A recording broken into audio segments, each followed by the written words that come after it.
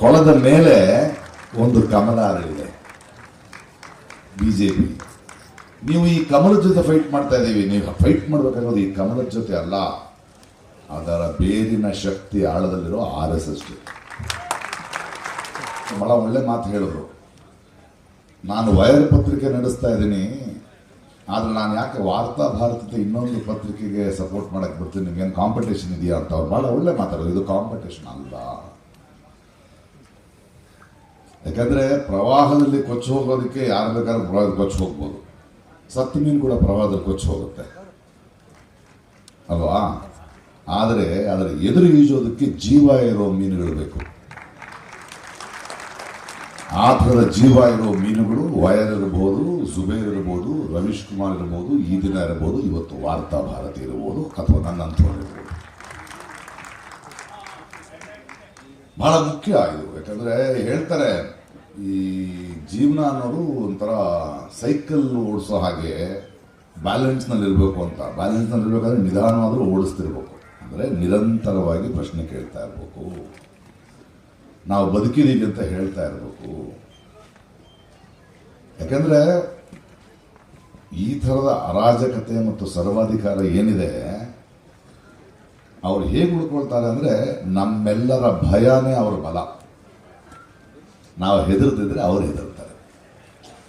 ಅವರ ಹೆದರಿಕೆಯ ಕ್ಷಣಗಳೇ ಇವತ್ತು ಒಂದು ಪೊಲೀಸ್ ಡಿಪಾರ್ಟ್ಮೆಂಟ್ ಇರ್ಬೋದು, ನಮ್ಮ ಎಲೆಕ್ಷನ್ ಆಯೋಗ ಇರ್ಬೋದು, ಅಥವಾ ನಮ್ಮ ಕೋರ್ಟ್ಗಳಿರ್ಬೋದು, ಅಥವಾ ಪತ್ರಿಕೆಗಳಿರೋದನ್ನ ಕೊಂಡ್ಕೊಂಡು ಕೈ ತಿರುಚೋದು, ಕತ್ ಹೀಸ್ಕೋದು, ಸದ್ದುಗಳನ್ನು ಅಡಗಿಸೋದು, ತಮ್ಮ ಬೆಳೆಕಾಳು ಬೇಯಿಸ್ಕೊಳ್ಳೋದು. ಮೊನ್ನೆ ನಾನು ಉಮರ್ ಖಾಲಿದ್ ಮತ್ತು ಗೆಳೆಯರು ಇನ್ನೂ ಜೈಲಿನಲ್ಲಿರೋದ್ರ ಬಗ್ಗೆ ಹೋಗಿ ಮಾತಾಡ್ತಾ ಇದ್ದೆ. ಅಲ್ಲೆಲ್ಲರೂ ಮಾತಾಡ್ತಾ ಇದ್ರು, ಅಲ್ಲ ಈ ದೇಶದಲ್ಲಿ ಕೋರ್ಟ್ಗಳು ಸರಿಯಾಗಿ ಮಾತಾಡ್ತಾ ಇಲ್ಲ, ಇನ್ನೂ ಬೇಲ್ ಸಿಗ್ತಾ ಇಲ್ಲ, ಅವ್ರಿಗೆ ಮನಸ್ಸಾಕ್ಷಿ ಇಲ್ವಾ, ಜನಕ್ಕೆ ಮನಸ್ಸಾಕ್ಷಿ ಇಲ್ವಾ ಅಂತ. ಇಲ್ಲ, ಮನಸ್ಸಾಕ್ಷಿ. ಒಂದು ಕಾಲದಲ್ಲಿ ಭಾರತದಲ್ಲಿ ನಮಗೆ ಸ್ವತಂತ್ರ ಬಂದ ನಂತರ ಪೊಲೀಸ್ ಸ್ಟೇಷನ್ ಅಂತ ನಾವು ಹೆದರ್ತಿದ್ವಿ. ಯಾಕಂದರೆ ಎಲ್ಲ ರಾಜಕೀಯ ಪಕ್ಷಗಳು ಗೂಂಡಾಗಳನ್ನು ಬೆಳೆಸಿ ಪೊಲೀಸ್ ಡಿಪಾರ್ಟ್ಮೆಂಟ್ನ ಒಂದು ಅವ್ರ ಕೈಗೆ ಇಟ್ಕೊಂಡು ಸಾಮಾನ್ಯ ಜನ ಕೂಡ ಪೊಲೀಸ್ ಸ್ಟೇಷನ್ಗೆ ಹೋಗಿ ಹೆದರ್ತಿದ್ರು. ಆದರೆ ಯಾರೇ ನಮ್ಮ ಮೇಲೆ ಅನ್ಯಾಯ ಎಸಗಿದ್ರು ನಾವು ಕೋರ್ಟ್ನಲ್ಲಿ ನೋಡ್ಕೊಳ್ತೀವಿ ಅಂತ ಹೇಳ್ತಿದ್ವಿ. ಯಾಕಂದರೆ ಒಂದು ನಂಬಿಕೆ ಇತ್ತು, ಒಂದು ಹೋಪ್ ಇತ್ತು ಕೋರ್ಟ್ ಅಂದರೆ. ಇವತ್ತದಿಲ್ಲ. ಕೋರ್ಟ್ನಲ್ಲಿ ನೋಡ್ಕೊಳ್ಳೋಕ್ಕಾಗಲ್ಲ ನೀವು, ಯಾಕಂದರೆ ಅವರೇ ಬಂದು ಕೂತಿದ್ದಾರೆ. ಇದೆಲ್ಲದರ ಹಿಂದೆ ಒಂದು ತಿಳ್ಕೊಳ್ತಾ ಇದ್ರೆ ನೀವು BJPಯನ್ನು ಮಹಾಪ್ರಭು ನರೇಂದ್ರ ಮೋದಿ ಜೊತೆ ಜಗಳಾಡ್ತಾ ಇದ್ದೀರಿ. ಒಂದೇ ಒಂದು ಪಂಚತಂತ್ರದ ಕಥೆ ಹೇಳಿ ನಾನು ಮಾತು ಮುಗಿಸ್ತೀನಿ. ಭಾರತ ದೇಶ ಒಂದು ಕೊಳ ಆದರೆ ಇದನ್ನ ಕಾಡ್ತಾ ಇರೋದು ಒಂದು ಬ್ರಹ್ಮ ರಾಕ್ಷಸ. ಅವನು ಕೊಳದ ಒಳಗಡೆ ಇದ್ದಾನೆ. ಕೊಳದ ಮೇಲೆ ಒಂದು ಕಮಲ ಅರಳಿದೆ BJP. ನೀವು ಈ ಕಮಲದ ಜೊತೆ ಫೈಟ್ ಮಾಡ್ತಾ ಇದ್ದೀವಿ. ನೀವು ಫೈಟ್ ಮಾಡಬೇಕಾಗೋದು ಈ ಕಮಲದ ಜೊತೆ ಅಲ್ಲ, ಅದರ ಬೇರಿನ ಶಕ್ತಿ ಆಳದಲ್ಲಿರೋ RSS.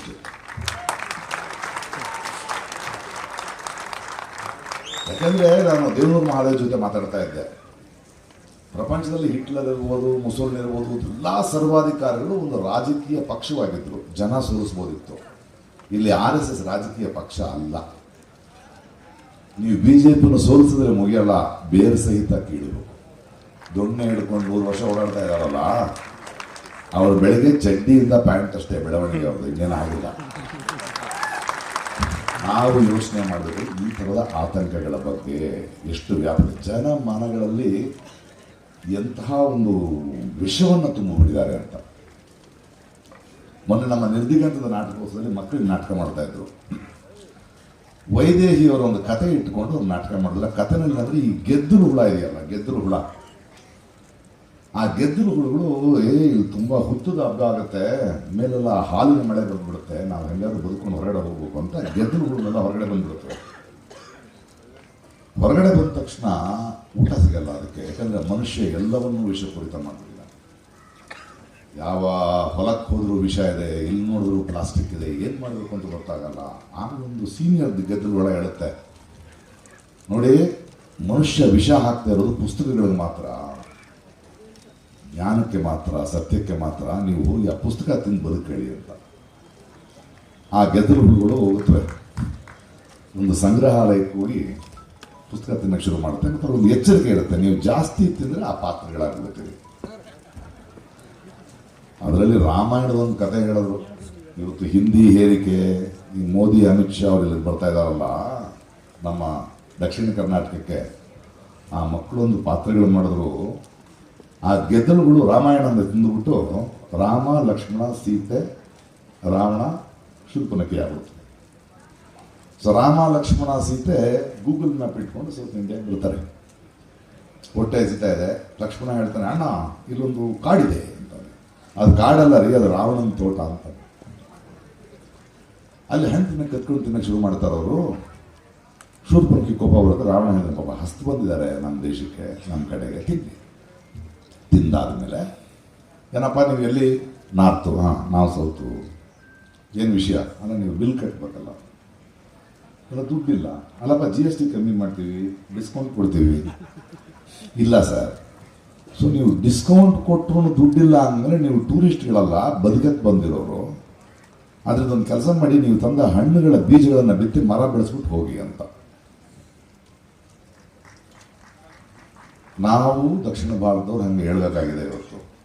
ಇವರ ಹಿಂದಿ ಹೇರಿಕೆ ಇರ್ಬೋದು, ಇವರ ಡಿಲಿಮಿಟೇಷನ್ ಇರ್ಬೋದು, ಇವರು ಎಲೆಕ್ಷನ್ಗಳನ್ನ ಹಿಡ್ಕೊಂಡು ಮಾಡೋದು. ಯಾಕಂದರೆ ಅವರು ನಿಧಾನವಾಗಿ ಇಲ್ಲಿ ಒಳಬರ್ತಾರೆ. ಇವತ್ತು ಭಾರತ ದೇಶದಲ್ಲಿ ಇಂತಹ ಒಂದು ದಬ್ಬಾಳಿಕೆಯನ್ನು ಎದುರಿಸೋದೇ ನಮ್ಮ ದಕ್ಷಿಣ ಭಾರತ. ಅದು ಕೇರಳ ಇರ್ಬೋದು, ಕರ್ನಾಟಕ ಇರ್ಬೋದು, ತಮಿಳುನಾಡು ಇರ್ಬೋದು, ಆಂಧ್ರ ಪ್ರದೇಶ ಬಿಡಿ, 3 ಪಕ್ಷಗಳಿಂದ ಇವರೇ ಇದ್ದಾರೆ. ಆದರೆ ನಾವು ಈ ಥರದ ವೇದಿಕೆಗಳೇನಿದೆ, ಇದರ ಮೂಲಕ ನಾವು ಮನಗಾಣಬೇಕಾಗಿರೋದು ರಾಕ್ಷಸ ಯಾರು, ಆ ರಾಕ್ಷಸನ ಬಗ್ಗೆ ಹೇಳ್ತಿರುವಂತಹ ವಾರ್ತಾ ಭಾರತಿ ಅಂತ ಪತ್ರಿಕೆಗಳು ಯಾವುದು, ಹೇಗೆ ವಿಷಯವನ್ನು ಹರಡೋದನ್ನು ನಿಲ್ಲಿಸಬೇಕು ನಾವು, ಈ ನಿಟ್ಟಿನಲ್ಲಿ ನಾವು ಕೆಲಸ ಮಾಡ್ತಾ ಹೋಗೋಣ. ಲಂಕೇಶು ಪತ್ರಿಕೆ ಆರಂಭಿಸಿದಾಗ ನಾನು ಅವ್ರ ಜೊತೆ ಇದ್ದೆ. ಅಂದರೆ ಆಗ ಆರಂಭಿಸಿದ್ರು, ನಾವು ತುಂಬ ಯೌವನದಲ್ಲಿ ಲಂಕೇಶ್ ಜೊತೆ ಕೂತಿರ್ತಿದ್ವಿ. ಅವ್ರದ್ದು ಮತ್ತು ತೇಜಸ್ವಿಯ ಪತ್ರ ವ್ಯವಹಾರನೇ ಚೆನ್ನಾಗಿರೋದು. ಅಂದರೆ ಪತ್ರಿಕೆ ನಡೆಸೋದು ಕಷ್ಟ ಆಗ್ತದೆ, ಒಂದು 150 ರೂಪಾಯಿ ಕೊಡ್ತೀನಿ, ಒಂದು ಅಂಕಣ ಬರೀ. ಆಗ ಮೇಷ್ಟ್ರು ಒಂದು ಮಾತು ಹೇಳಿದ್ರು, ಪತ್ರಿಕೆ ಹೇಗಿರಬೇಕು, ಒಬ್ಬ ಕಲಾವಿದ ಹೇಗಿರಬೇಕು, ಒಬ್ಬ ಪ್ರಜೆ ಹೇಗಿರಬೇಕು. ಪತ್ರಿಕೆ, ಮಾಧ್ಯಮ, ಕಲಾವಿದ, ಜನ ನಿರಂತರವಾದ ವಿರೋಧ ಪಕ್ಷವಾಗಿರಬೇಕು. ಯಾವ ಸರ್ಕಾರದ ಕೃಪಕಟಾಕ್ಷಕ್ಕೆ, ಆಳುವ ಪಕ್ಷದ ಕೃಪಕಟಾಕ್ಷಕ್ಕಿಲ್ಲದೆ ಜನರ ದನಿಯಾಗಿ ನಿರಂತರವಾದ ವಿರೋಧ ಪಕ್ಷವಾಗಿರ್ತೀವೋ ಆಗ ಅವರು ಧೈರ್ಯದಿಂದ ಕೆಲಸ ಮಾಡ್ತಾರೆ, ಹೆದರಿಕೆಯಿಂದ ಕೆಲಸ ಮಾಡ್ತಾರೆ. ವಾರ್ತಾ ಭಾರತಿಗೆ ಶುಭಾಶಯಗಳನ್ನು ಹೇಳ್ತಾ, ವಾರ್ತಾ ಭಾರತಿ ಮಾಡಬೇಕಾದ ಕೆಲಸ ಏನು ಅಂದರೆ, ಜನರಿಗೆ ಇವತ್ತಿನ ಭಾರತದಲ್ಲಿ ರಾಜಕಾರಣ ಮಾಡಬೇಕಾದವರು ಯಾರು ಅಂತ ಹೇಳೋದು. ನನ್ನ ಪ್ರಕಾರ ರಾಜಕಾರಣ ಮಾಡಬೇಕಾದವರು ನಾವು ಜನ. ಗೆದ್ದವರು ಕೆಲಸ ಮಾಡಬೇಕಷ್ಟೇ ಅಲ್ವಾ? ನಮ್ಮ ಪ್ರತಿನಿಧಿಗಳವರು, ನಾವು ಗೆಲ್ಲಿಸೋದು. ಗೆದ್ದ ಮೇಲೆ ನಮ್ಮ ಟ್ಯಾಕ್ಸು ನಮ್ಮ ದೇಶ. ನೀವು ಕೆಲಸ ಮಾಡಬೇಕಷ್ಟೇ, ಸೇವೆ ಮಾಡೋದಕ್ಕೆ ಭಿಕ್ಷೆ ಪಡಕ್ಕೆ ಬಂದಿಲ್ಲ. ನೀವು 5 ವರ್ಷಕ್ಕೊಂದ್ಸಲ ಓಟ್ ಕೇಳಕ್ಕೆ ಬರೋರು ನೀವು, ನಾವಲ್ಲ.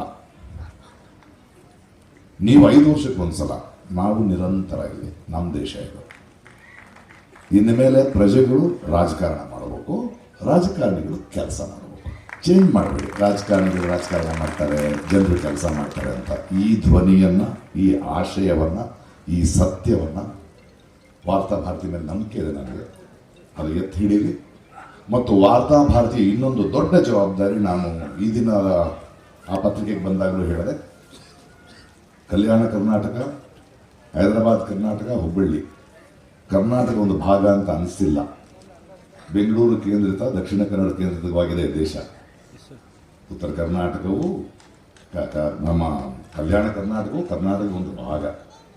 ಬಹಳಷ್ಟು ಒತ್ತಡಗಳಿದೆ, ಸಾಕಷ್ಟು ಡೆವಲಪ್ಮೆಂಟ್ಗಳಾಗಿಲ್ಲ.